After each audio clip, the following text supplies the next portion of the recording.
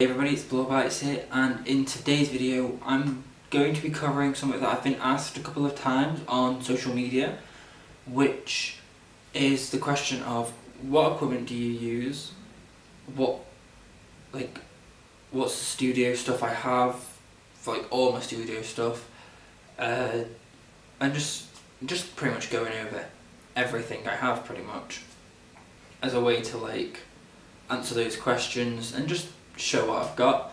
And yeah, so let's roll on with that video. Okay, so first thing I thought I'd do is the obvious when it comes to photography, is go over my cameras and lenses that I've got. So first off, we'll start with the obvious.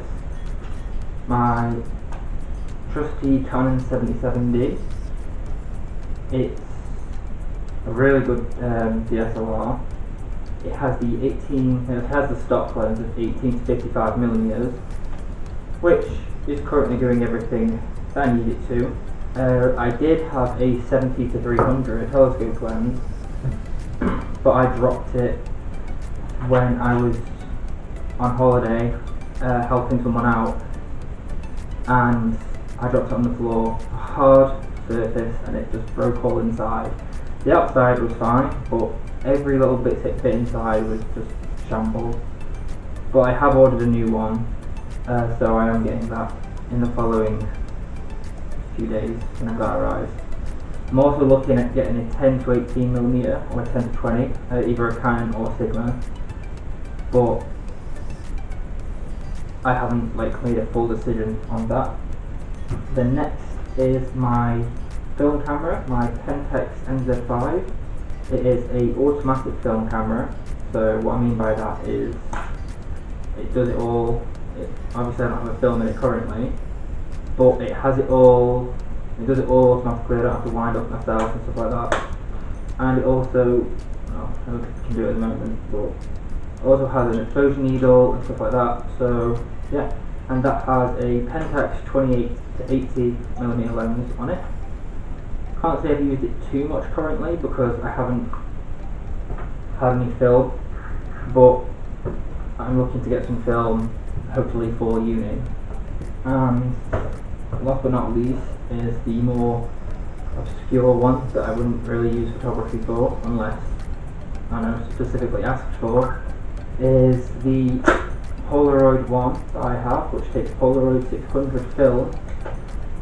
Another little cartridge there. I don't have any at the moment because I ran out, and I don't particularly fancy spending quite a lot of money on Polaroid film. The Polaroid film is expensive, but I do love this Polaroid. I've had it longer than all these cameras actually, and it's just a nice little vintage item really for myself, take pictures obviously. And previous to my Canon 77D, I had a Canon 500, so I've always been Canon with DSLRs. I had a Canon 500, which was a very good camera for a long time. I had it for about 3-4 years. Very good camera. Honestly, if you're starting out in photography, always don't necessarily look for the lower end cameras, but it may be an old camera. I think the 500D came out in 2009, 2010, which is obviously 10, 11 years old, but it's still a really good camera today. So if you're looking at getting a DSLR, if you're looking at getting a camera, look at the lower range of Canon EOS's, like say the 500D, which was my first DSLR. Did everything and more. Canon 4000D. There's also Nikons as well. Personally, for Nikon, for starting cameras, I would choose the Nikon D3 2000 or the Nikon D3000 3300, just because I don't have too much experience with Nikon, but I know that they are good starting cameras because they're the ones that I use in college. So, for Canon, I'd suggest the Canon 500D to start with, and Nikon, the Nikon D3 2000. They're pretty low priced cameras for starting here. And film, I can't really suggest film camera too much, but the Pentax K1000 is definitely one of the best film cameras. But this guy here is a beast as well. Like, I love this camera.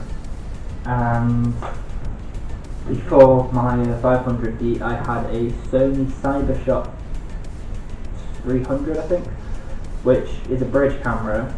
And if you're starting like completely brand new and you're scared of a DSLR camera, then honestly the best thing to get is a bridge camera to start off, because you learn a lot by using a bridge camera, and bridge cameras are pretty cheap as well. You can get a decent bridge camera. They look like a DSLR, so you get that weighty feel, and I mean they shoot pretty good audio, they shoot pretty good pictures as well, and they also shoot pretty good video. So we covered there.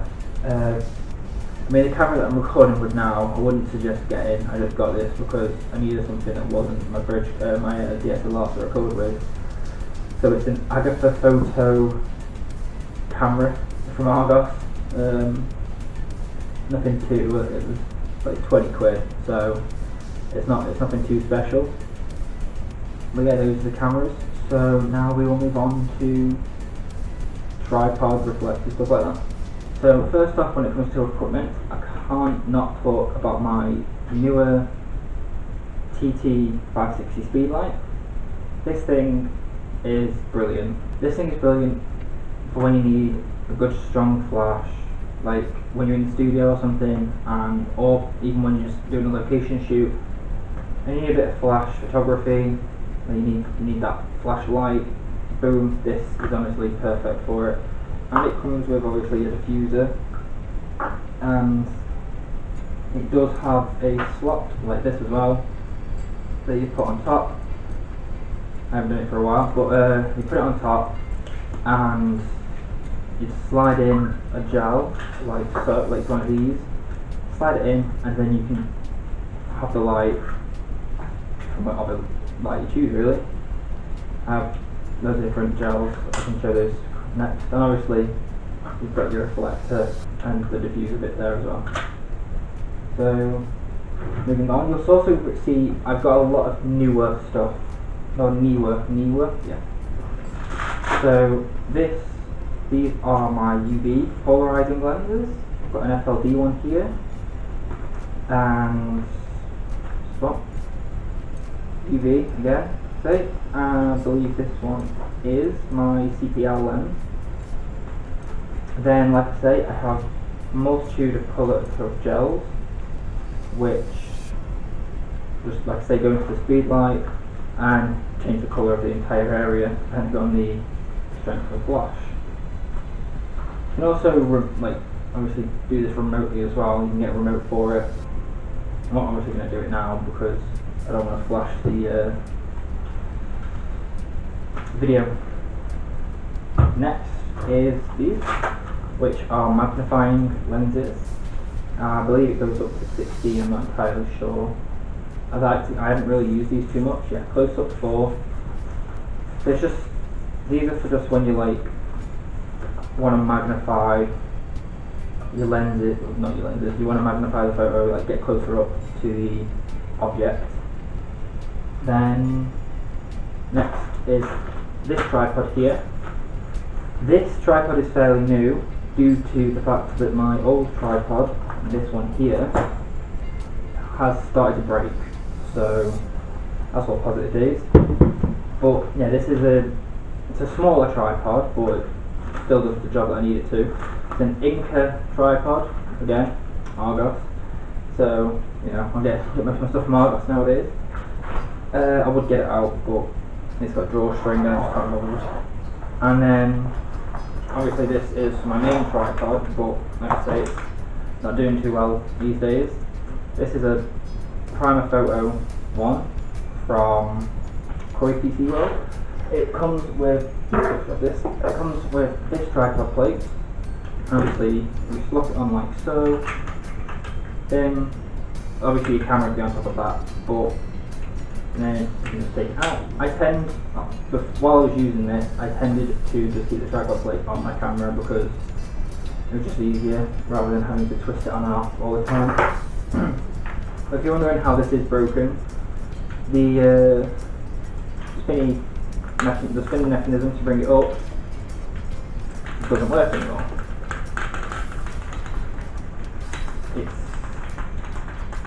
Look, there you go. It stopped, and it doesn't stay at all. Like, I've tried everything, I tightened it, but then now it just doesn't go up. So I had to get a new tripod because, like I say, can't really do much when that happens. I mean, it spins still like that, but then it just doesn't want to spin anymore. It's like the gear and it's gone or something, I don't know. But yeah, I got that thing for tripod to replace it, or at least help me rather than have it go a lot. I mean, I got that tripod because my old tripod broke. I think I just straight up threw it away. Next is my remote shutter, timer shutter remote. This is brilliant for long exposures. If you want to do long exposures, you need to get one of these because there is no way you would get good pictures, good long exposures without a camera remote or without some form of remote to take the long exposures, because you can only go up to 30 seconds on a normal camera, unless obviously but with the bulb function you can hold it down for as long as possible. But when you're holding it down, you're obviously going to get camera shake unless you've got like the sturdiest hands going.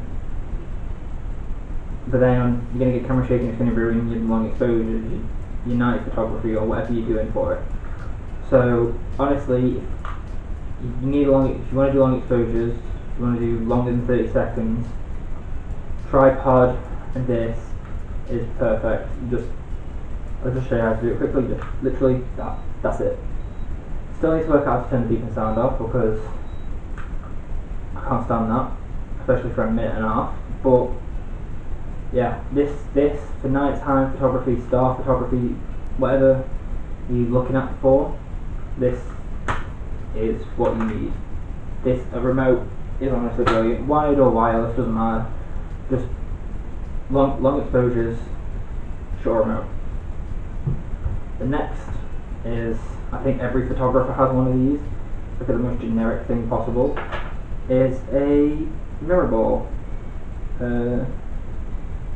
Try to keep it nice and clean. But yeah, I mean, I got this because it's free. I think it was free actually, but you know, it's just pretty cool. Taken a few nice pictures with it, but I can't really say much else about it. The functionality of it is just that it's a mirrored ball. It just looks pretty cool in the photos. Just slide that back in there. Like that. The next is these two bad boys, these lens hoods. This one was for my 70-300, but like I say, my 300, that one's broke now. But this is for my 18-55, and yeah, I mean, the lens hoods they just stop light coming in on the sides, so you don't get unnecessary light on the side. That's my best way of explaining it. Now these are my lamps for my light tent, which are just basic LEDs. Plug them in obviously, and they have 3 different like cup things to cover it. It has a blue for cold diffusion, an orange for warm diffusion, like if you want a warmer light or a colder light, and then just a clear one for normal LEDs. Now 2 of these, the other one's in here, might as well just get one out and on and off switch. But yeah, those are for my light tent, which I will get next, before I do grab the light tent, I forgot one more thing from that little section. This here is a very long tethering cable. I use this in both my laptop and in my computer, and I used it during my family shoots in December. These are honestly a must. Like when you're doing shoots with product photography, because when you see it come onto the big screen, honestly you can look at it, especially with Capture One, you can look at it, edit it there and then, like change the little things, and then you can carry it on to the next picture, and then that next picture could look absolutely fantastic. So tethering cable is honestly a must. So just got the studio bag, and I'm not going to go through all of it because it would take ages to get out and put back in. But if you wanted to see what my studio looks like, go back to my room tour plus put up the studio video, and you'll see what the studio looks like. And I think I can quickly go over the things that I've got there. But for now, we'll go over the stuff that I haven't shown yet, which first is a photography pen. Obviously, if you've seen one before, you know what it looks like, and it's also a pain in the arse to one pop up and then two pop it down, but once you have got it up.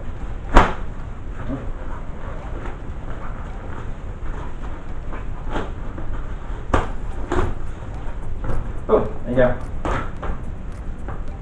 So you're probably thinking, well, what use is this? Well, it's great for product shots, and then once you put up this pen, there are these, again, it is a Newer, don't pronounce it. There's these little backdrops, similar to how you have like a studio. So you put that over the top like this, and just quickly slap it on. There you go, right? It's not how it actually properly looks like, and then you stick your camera there, lay your lens through, and then take pictures of whatever the product is inside. But you've obviously got your backdrops as well. You've got your white one, blue one, red and black, which would stick on using Velcro in the areas that are Velcro.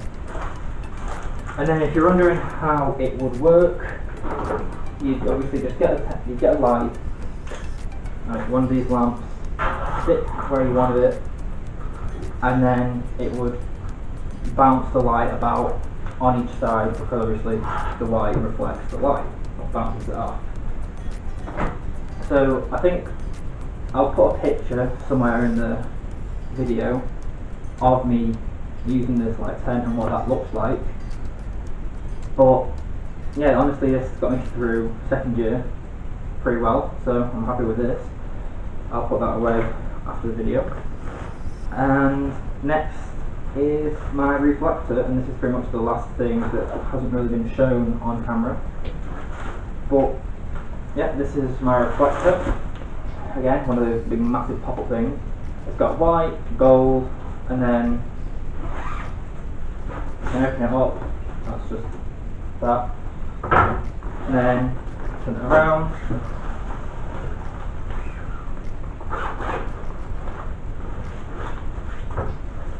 Turn it around, and then it's now silver and black. Now you'd use, it's depending on what kind of light you'd want to make, obviously would decide which side you would use. Black to like stop light bouncing off, silver to give like a silvery glow, gold for a gold glow, and white just to bounce that light back. And yeah, so that's pretty much all my equipment, I believe, that I shoot photography with and use just in general. So yeah, that's everything guys. I was Blowbites. Remember to check out blowbites.co.uk and sign up to the mailing list for 20% off. The website is about, say, 80% complete. I just need to do some final images and actually put prices on things. So you'll be seeing that within the next week or two, and I'll obviously make a video being like, this is the website for Apple Bytes, and I'll see you in the next video. Remember to like and subscribe.